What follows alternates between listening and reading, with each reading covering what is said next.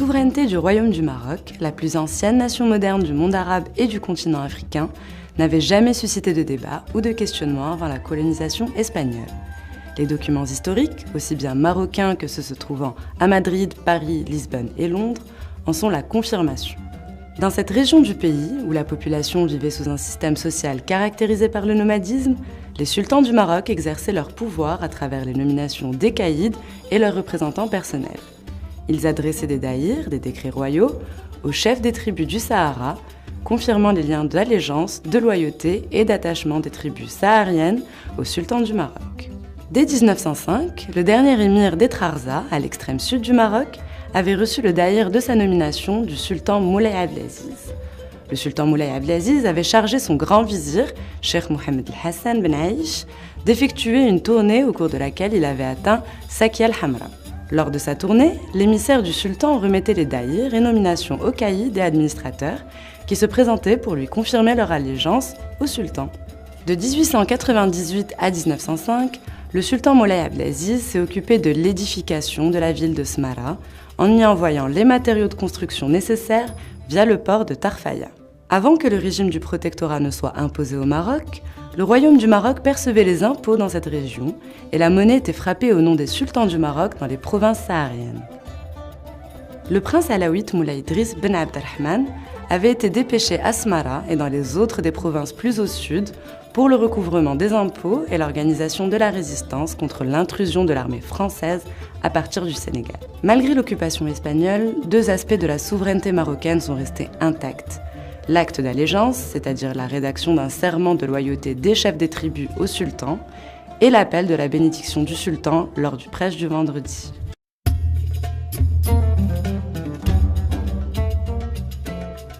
Le traité entre le Maroc et l'Espagne datant du 27 novembre 1912, en vertu duquel ont été créées une zone d'influence espagnole au nord et au sud de la zone du protectorat français, établit la preuve et la reconnaissance légale explicite que cette zone était gouvernée par le représentant du sultan.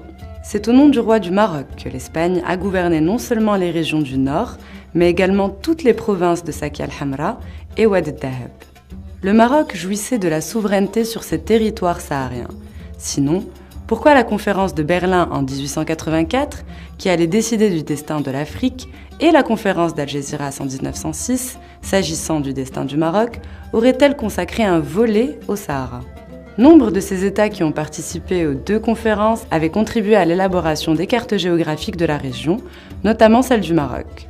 Ces cartes avaient délimité les aires méridionales de la zone du protectorat français, à la limite des frontières de ce qu'on appelait alors Afrique occidentale française. Le témoignage de l'Allemagne revêt une importance capitale, puisqu'il a été le dernier État européen à avoir accepté le régime du protectorat français sur le Maroc. Dans l'accord conclu avec la France en 1911, l'Allemagne avait posé deux conditions inviolables pour son acceptation du protectorat français, à savoir la nécessité de protéger la souveraineté du roi du Maroc et préserver l'intégrité territoriale du royaume. Tous les gouvernements européens reconnaissent la situation engendrée par l'occupation espagnole des régions marocaines et parlent en conséquence d'un Maroc qui englobe son Sahara.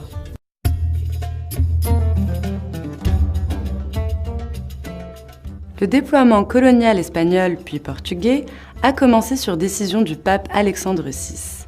Ainsi, les territoires du globe ont-ils été partagés entre les royaumes d'Espagne et du Portugal. Le Maroc faisait partie de ce partage et fait l'objet d'accords entre les deux royaumes. L'activité des commerçants espagnols est apparue et s'est étendue tout au long des côtes marocaines depuis le XVe siècle.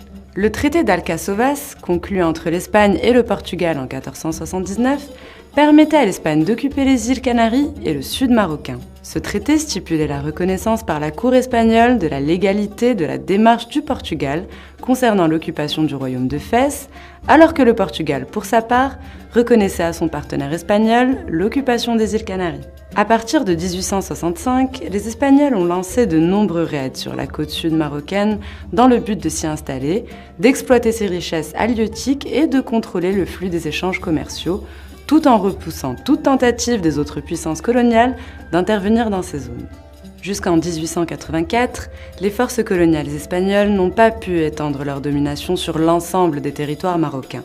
Elles se sont contentées de mettre la main sur le comptoir commercial de la presqu'île de Dakhla, en raison de l'intensité et de la force de la résistance marocaine d'une part, et des difficultés financières auxquelles l'Espagne faisait face d'autre part.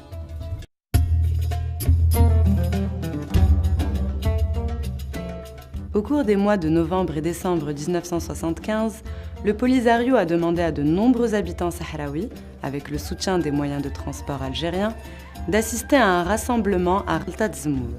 Une fois sur place, on leur a demandé de tenir un autre rassemblement à Bir el-Helou.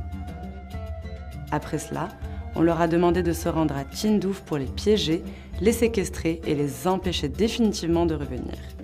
Jusqu'à aujourd'hui, ils sont toujours piégés à Tindouf, où ils sont interdits de circulation, surveillés jour et nuit, de peur qu'ils ne retournent à leur mère patrie, le Maroc. Pour inventer de toutes pièces la question du Sahara marocain au niveau international, le Polisario a instrumentalisé durant des décennies les habitants assiégés à Tindouf, les utilisant comme moyen de pression.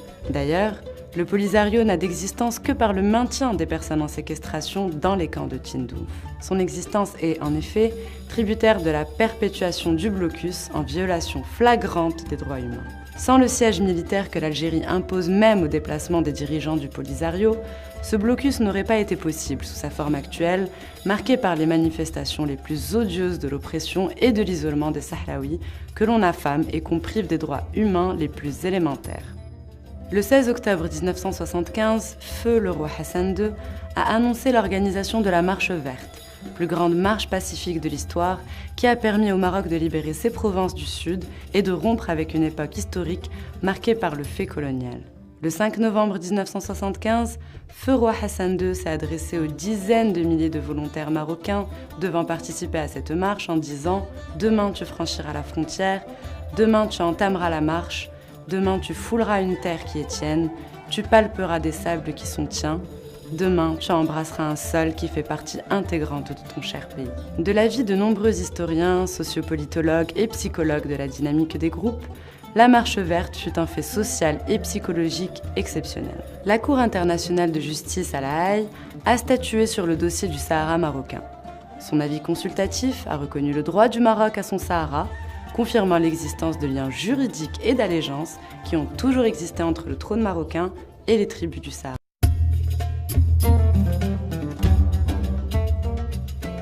La Marche verte a réuni 350 000 citoyens marocains, dont 10% de femmes, de toutes les régions du Maroc, de la communauté marocaine résidant à l'étranger, outre la participation de délégations du Royaume d'Arabie Saoudite, de la Jordanie, du Qatar, des Émirats arabes unis, du Sultanat d'Oman, du Soudan, du Gabon et du Sénégal, ainsi que la présence du secrétaire général de l'Organisation de la Conférence islamique, l'OCI.